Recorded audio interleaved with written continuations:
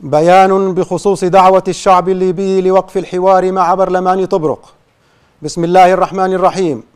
الحمد لله والصلاة والسلام على رسول الله وعلى آله وصحبه ومن والاه، وبعد، فإن مجلس البحوث والدراسات الشرعية التابع لدار الإفتاء ومجلس أمناء هيئة علماء ليبيا، وهم يتابعون التحركات السياسية الدولية والمحلية، واطلاعا منهم بمسؤولية البيان وتحمل الأمانة المتعلقة بحفظ أمن الناس ودمائهم وحرماتهم ودفع الضرر عنهم ما أمكن، لا يؤكدون على أن مبدأ الحوار بين المختلفين معتبر شرعا.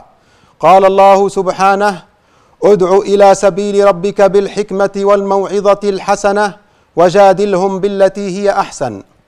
غير أن الحوار ليس مقصودا في ذاته، وإنما هو وسيلة لإحقاق الحق والخروج بالوطن إلى بر الأمان، وليس من أجل اقتسام المصالح وتمييع القضايا والتفريط في دماء الشهداء، كما يجب أن يكون مؤسسا على الثوابت الوطنية بمرجعية شرعية. قال تعالى: يا أيها الذين آمنوا أطيعوا الله وأطيعوا الرسول وأولي الأمر منكم، فإن تنازعتم في شيء فردوه إلى الله والرسول إن كنتم تؤمنون بالله واليوم الآخر، ذلك خير وأحسن تأويلا.